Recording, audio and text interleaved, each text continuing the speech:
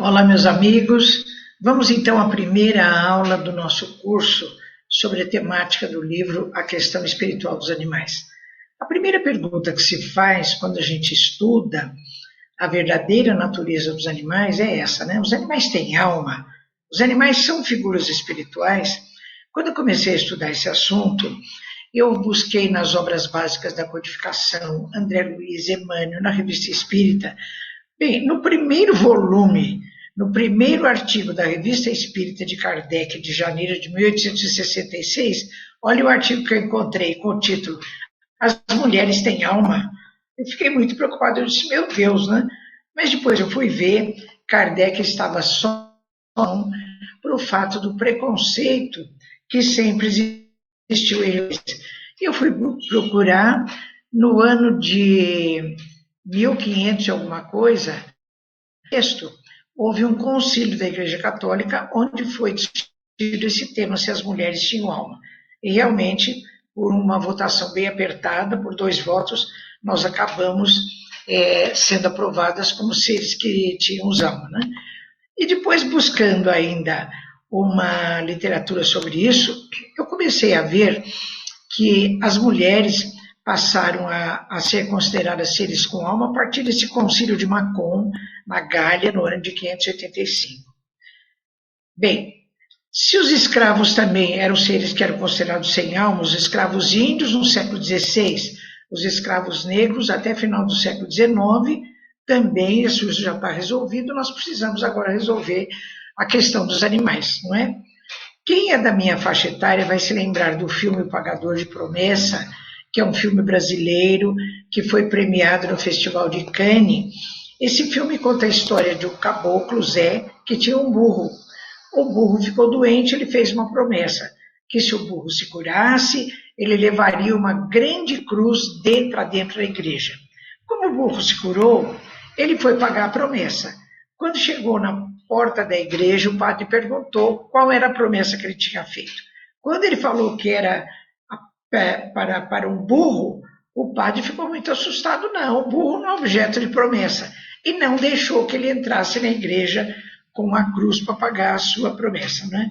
Então, todo o filme, todo o enredo do filme vai em torno disso aí.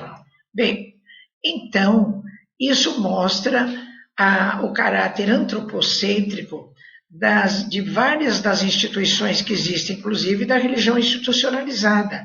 A política, o direito, são instituições antropocêntricas, ou seja, centradas no bem-estar apenas do ser humano.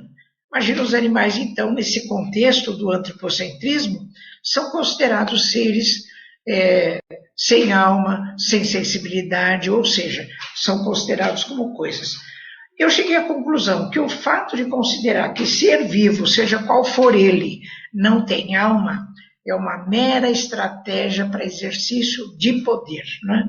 Então, esse é um modelo antropocentrismo, um modelo de subjugação e de expurgação. Mas, passando pelo século IV a.C., nós tivemos um grande mestre do conhecimento universal, que foi Aristóteles. Aristóteles defendia não apenas o geocentrismo, mas também o antropocentrismo. Então, é famosa a consideração da chamada pirâmide aristotélica.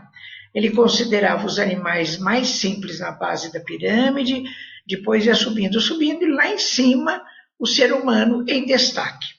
Numa das representações, vocês podem ver aí no slide, que o ser humano que está lá no alto da pirâmide é o ser humano masculino, não é? Porque as mulheres sempre foram consideradas um ser abaixo da condição masculina. Então, nós estamos ali junto com as baleias. Bom, isso foi indo, e na sequência dos estudos que eu fui fazendo, eu acabei percebendo que as coisas mudaram, muitas coisas mudaram, mas nós ainda temos fortes resíduos na nossa cultura vigente desse paradigma antropocêntrico. Vamos ver na literatura espírita, nas obras básicas da codificação e nas obras subsidiárias, o que nós temos sobre o assunto. Vamos ao Livro dos Espíritos, questão 597. Kardec pergunta, pois se os animais têm uma inteligência que lhes dá uma certa liberdade de ação, há neles um princípio independente da matéria. Vocês podem notar que Kardec não está perguntando se os animais têm inteligência, ele está afirmando, não é? Porque ele diz, os animais têm uma inteligência que lhes dá uma certa liberdade de ação. E ele pergunta, há neles um princípio independente da matéria? Ora, é só a gente ir à questão 27, 79 e também na Gênesis capítulo 11, item 6, nós vamos lá ter a informação de que só existem 3 elementos no universo. O Criador, o espírito ligado ao princípio inteligente ou espiritual e a matéria ligada ao princípio material, né? E depois, na 24 e 76 do Livro dos Espíritos, existe a informação que inteligência é atributo do espírito. Então, praticamente, ao formular essa questão, Kardec já estava dando a resposta, porque os animais são seres inteligentes e essa inteligência só pode ser ligada ao princípio espiritual, não é? Então, a gente acaba concluindo que existe um vínculo indissolúvel, um binômio nessas duas palavras, espírito e inteligência, de tal maneira que o espírito sempre se expressa por atos de inteligência e a inteligência representa sempre atos emanados de um espírito. Bem, vamos à resposta dessa questão 597 do Livro dos Espíritos. Então, a resposta é taxativa. Sim, os animais têm uma inteligência ligada a um princípio e sobrevive à morte do corpo físico. Então, eu posso dizer para vocês que a doutrina espírita antecipou de mais de 150 anos a informação de que os animais têm inteligência, né? E essa inteligência é atributo do espírito. Vamos ver em seguida mais alguns atributos do espírito. Mas antes eu vou contar para vocês um caso, o caso do Lorde, que é um cão que foi do Chico Xavier, e que confirma esse caso, confirma a resposta da questão 597 do Livro dos Espíritos. Esse caso está relatado no livro Testemunhos de Chico Xavier, da nossa companheira Sueli Caldas Schubert. Então, em carta de Chico Xavier, datada de 25 de janeiro de 1951, a Vantuil de Freitas, então presidente da Federação Espírita Brasileira, Chico conta que o Lorde foi ficando doente, e ao desencarnar, Chico vê José, já desencarnado, seu irmão, vir acolher nos braços a figura espiritual do Lorde, que havia deixado o seu corpo físico, né? E ainda mais, na sequência dessa carta, Chico conta que nos meses que se seguiram, quando José lhe vinha ter a presença em espírito, vinha sempre acompanhado da figura espiritual do Lorde. Olha que caso mais bonito, não é? Então, esse caso, como eu já disse, ele confirma a questão 597 do Livro dos Espíritos, ao afirmar que, sim, os animais são seres inteligentes, essa inteligência é ligada a um princípio que sobrevive à morte do corpo físico. Olha que caso mais bonito, né? Bom, como eu havia anunciado, vamos ver alguns atributos da alma dos animais, além da inteligência. Por exemplo, na Gênesis capítulo 3, itens 11 a 13, nós lemos: o animal carniceiro é impelido pelo instinto a nutrir-se de carne. Porém, as precauções que ele toma, sua previsão em relação às circunstâncias do momento, são atos de inteligência. Então, nós ficamos sabendo, desde 1868, primeira edição da Gênese, que os animais agem por instinto, mas também por inteligência. Aliás, na questão 73 do Livro dos Espíritos, tem uma pergunta muito interessante que Kardec faz aos espíritos. Instinto é independente da inteligência? Olha o que os espíritos respondem. Não, instinto é uma espécie de inteligência. Hoje, pela moderna etologia, que é a ciência do comportamento, a gente sabe que instinto é aquilo que o ser já aprendeu a fazer e coloca lá no seu banco de memória com o rótulo instinto, não é? Então, nós, quando estávamos lá na época das cavernas, o que a gente já tinha aprendido a fazer? A se defender e a reproduzir a espécie. Então, à medida que nós fomos desenvolvendo o nosso espírito, nós ficamos isso, sobrevivência e reprodução, como atos instintivos, quer dizer, a gente já aprendeu a fazer. E os seres vivos, de modo geral, também têm essa mesma história que eu estou contando para vocês, né? Tudo que você já aprendeu a fazer é catalogado lá como instinto. Eu adoro essa questão 849 do Livro dos Espíritos. Kardec pergunta: qual é no homem estado primitivo a faculdade dominante? O instinto ou o livre-arbítrio? Olha a resposta: o instinto.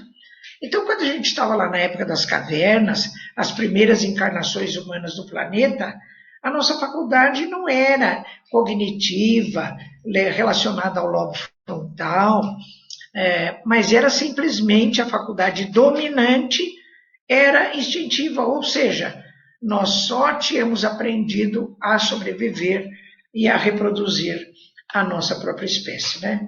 Isso vale para os outros seres. Bom, outro tributo do espírito dos animais. Os animais reencarnam. Livro dos Espíritos, questão 599.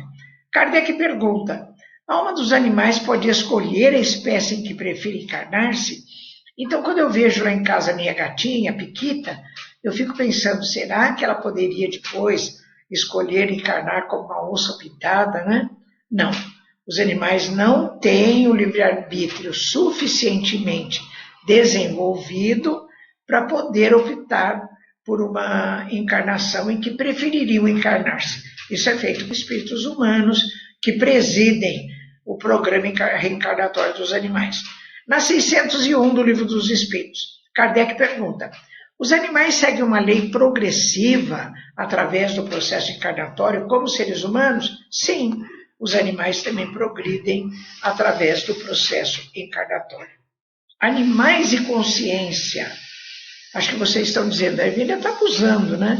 Porque os animais têm inteligência, a inteligência sobrevive à morte do corpo, os animais reencarnam, mas consciência, quem está dizendo não sou eu, é Calderaro, mentor, que assessora André Luiz no livro Do Mundo Maior, capítulo 3.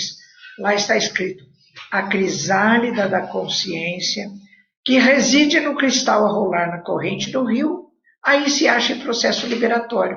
Olha que informação Calderaro está nos dando, porque dentro do meio espírita isso ainda é uma questão. Não existe consenso se o princípio espiritual começa a atuar no mineral, no vegetal ou no animal. Calderaro está dizendo que é no mineral, porque ele está dizendo, olha, a crisálida da consciência que reside no cristal, naquela pedra que rola no fundo dos rios, né? O termo crisálida, para quem não é da área, refere-se à larva da borboleta, quando ela fica dentro daquele casulo por uns 15 dias, e depois ela rompe o casulo e sai como uma borboleta, né? Essa fase de crisálida, metaforicamente, significa uma fase de potencialidade, né? É o que Calderaro está dizendo para nós aí a respeito da consciência. O pensamento dos animais. Será que os animais pensam? Olha, é André Luiz, no livro Mecanismos da Mediunidade, que está dizendo isso no capítulo 4, cujo título é Pensamento das Criaturas. Ele diz assim: a angelitude transmite o seu pensamento em raios ultra super curtos.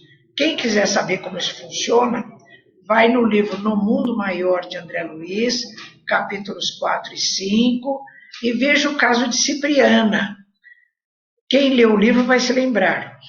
André Luiz e Calderaro estão frente a um processo obsessivo grave de Pedro e Camilo. Eles estão há 20 anos nesse processo obsessivo. E eles não dão conta de ajudá-los, porque Calderaro explica, nós ainda não temos as vibrações de amor necessárias para ajudar esse caso.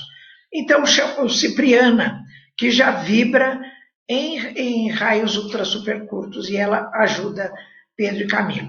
Depois continua André Luiz. A mente humana emite o seu pensamento em ondas curtas, médias e longas, e os animais emitem o seu pensamento em ondas fragmentárias.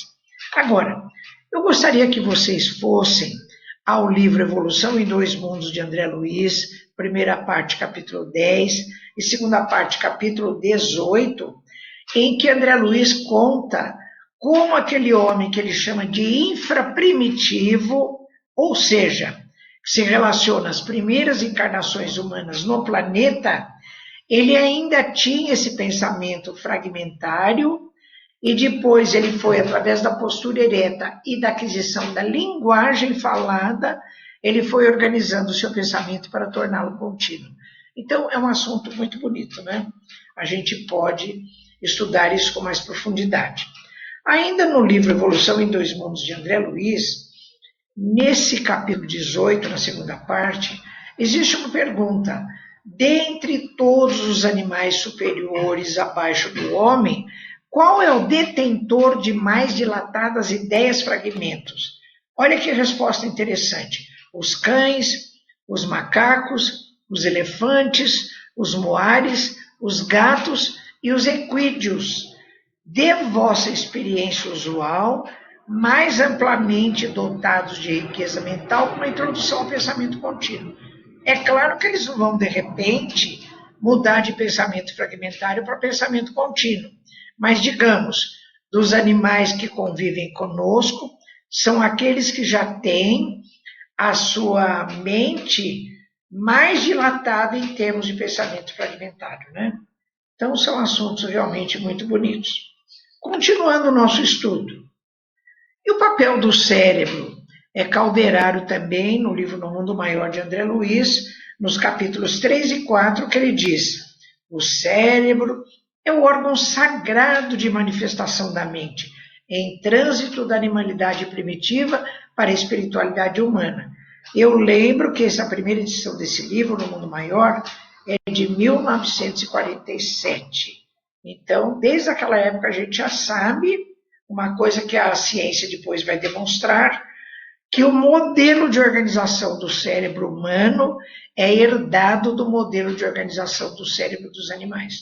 Isso é muito bonito também. Nós vamos ver logo em seguida. Bom, então disso que nós vimos até agora, pessoal, nós podemos concluir sobre o pioneirismo da doutrina espírita. Olha, no Livro dos Espíritos, nessa segunda edição, que é de 1860, na Gênese, particularmente nos capítulos 10 e 11, primeira edição da Gênese de 1868, né? No Livro dos Médiuns, primeira edição 1861, capítulo 22, que se chama Da Mediunidade dos Animais, tem muitas informações que já vão nos assessorando nessa nossa busca sobre o conhecimento da verdadeira natureza dos animais, né? Então nós podemos concluir por tudo que vimos. Os animais são seres espirituais em evolução, nossos companheiros de jornada evolutiva. Bem, então quais são os conceitos que nós podemos já adotar com base na doutrina espírita de tudo que nós vimos até agora? Olha, os animais são seres espirituais que reencarnam e evoluem. São seres inteligentes. Inteligência é atributo do espírito, não é da matéria, porque existe uma corrente na neurociência que admite que a inteligência é fruto do metabolismo do cérebro, né? Não. A doutrina espírita explica que inteligência é atributo do espírito. Instinto não é uma coisa separada, não é um combustível que se põe na máquina cartesiana, não. Instinto é uma espécie de inteligência. Nos animais já existe o despertar da consciência, nos animais o pensamento é fragmentário e o cérebro, como no ser humano, é o órgão de expressão da mente dos animais, né? Olha quantos conceitos nós tivemos até agora. Bom, vamos ver na ciência acadêmica o que nós temos a respeito do que nós vimos na literatura espírita. A ciência hoje diz assim, olha, os animais são seres sencientes. Essa palavra, senciência, vem do latim senciens, que significa capacidade de sentir sensações e sentimentos de forma consciente. E vem num bloco só, senciência, inteligência, vontade, exercício do livre-arbítrio, funções cognitivas, né? Então, a senciência, ela é uma capacidade que faz com que nós podemos entender que os animais são seres que têm inteligência, capacidade cognitiva, cada um na sua medida, né? Inteligência, são capazes de fazer associação de ideias, têm memória e assim por diante. Então, os animais são seres sencientes. Quem quiser ver o enfoque acadêmico a respeito disso, olha, eu escrevi o primeiro capítulo desse livro, Instrumento Animal, o uso prejudicial de animais no ensino superior, não é? Coordenado pelo Dr. Thales Tress. Então, o primeiro capítulo eu escrevi exatamente com esse título: Os animais são seres sencientes. Bom, em meados da década de 1960, houve uma grande contribuição da ciência através dessa criatura, o biólogo Gregory Bateson. O que ele fez? Ele trouxe novamente para o bojo da ciência, para o contexto da ciência, o conceito de mente, dizendo que mente não é uma coisa abstrata, ela precisa ser estudada pela ciência, porque ela representa nada mais, nada menos que o processo cognitivo de manifestação da vida. Então, todos os seres vivos sabem sobreviver, sabem se alimentar, sabem fugir de agentes aversivos, sabem se reproduzir. E saber de cada ser, de cada espécie, representa o conteúdo da sua mente, né? Então, a partir da contribuição de Gregory Bateson, a gente passou a ver a mente como atributo de todos os seres vivos, derrubando a antiga visão cartesiana de René Descartes de que mente seria atributo apenas da alma humana, porque Descartes achava que sensibilidade era atributo da alma e só o ser humano tinha alma, né? Então, a partir da segunda metade, meados da década de 1960, nós temos aí uma grande contribuição que alicerçou um grande avanço na ciência. A partir daí, nós temos muitas, mas muitas, centenas de publicações. Vejam, por exemplo, A Pré-História da Mente, de Steven Mitten, As Mentes dos Animais, do Donald Griffin, Os Cães Sabem Quando Seus Donos Estão Chegando, do Rupert Sheldrake, O Parente Mais Próximo, do Roger Fultz, né? A Mente dos Cães, do Bruce Fogel. Então, existe uma literatura muito farta hoje na ciência, mostrando que os animais, sim, são seres sencientes. E também em 2012, nós tivemos um momento glorioso, quando esse Dr. Philip Lowe, da Stanford University dos Estados Unidos, ele estava participando de uma conferência sobre consciência humana lá no Reino Unido, né? E ele conseguiu, de 26 neurocientistas de todo o mundo, a assinatura numa carta, hoje conhecida como Declaração de Cambridge, de que, reconhecendo que os animais são seres sencientes. Então, dessa carta consta o seguinte: não podemos mais fazer de conta que não sabíamos. Não sabíamos o quê?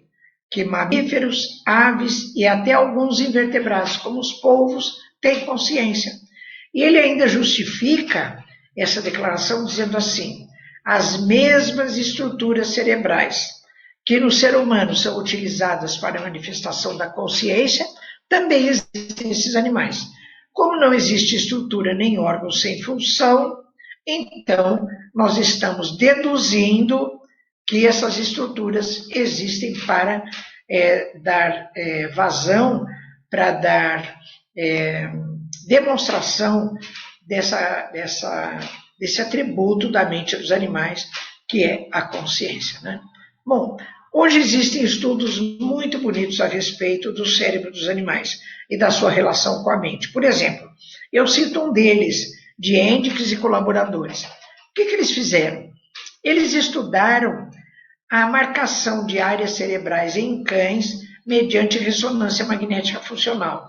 Eles treinaram os cães para ficarem acomodados nesse tubo da ressonância magnética funcional, colocaram um aparelho no auditivo nos animais e, através disso, eles expuseram os animais a mais de 60 tipos de sons: explosão de bombas, latidos de outros animais, alguém falando muito bravo com ele, ou então o seu tutor falando carinhosamente com o cão. O que foi marcado?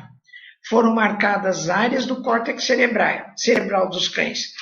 O córtex auditivo, porque eles estavam ouvindo a voz do seu tutor. Marcou o córtex visual, porque, olha, vejam bem, ao ouvir a voz do tutor, ele imaginou, ele criou mentalmente a imagem dele, ou seja, ele fez uma associação de ideias, o que marcou o córtex visual. E ainda marcou o córtex terciário associado da porção mais anterior dos lobos frontais, que trabalha essa região com a expressão de funções cognitivas.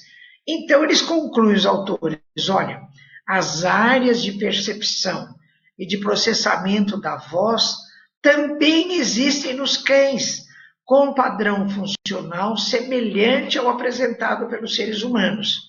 Esses dados elucidam como os cães podem entrar em sintonia com os sentimentos dos seus tutores. Então, esses estudos estão mostrando que, assim como aparecem os padrões de funcionamento das áreas cerebrais do ser humano, também nos cães, nesses animais, aparecem os mesmos padrões, muito semelhantes, quando a gente conversa com os animais, de maneira que eles percebem, né? Eles interagem com os sentimentos dos seus tutores através do funcionamento desses padrões cerebrais.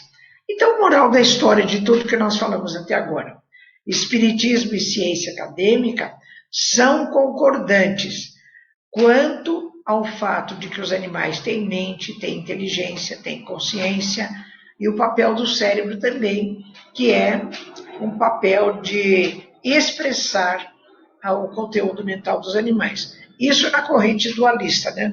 Que, como eu já disse para vocês, tem uma corrente materialista que acha que inteligência, raciocínio, memória, consciência são epifenômenos cerebrais, ou seja, tanto no ser humano quanto nos animais, são produtos consequentes do funcionamento do metabolismo cerebral, né?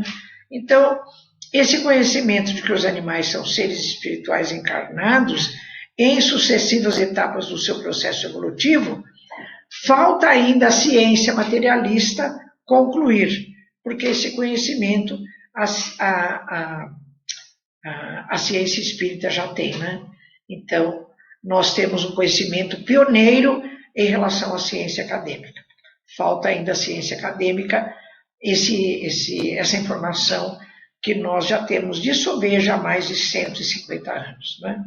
Pessoal, muito obrigado pela atenção nessa nossa primeira aula.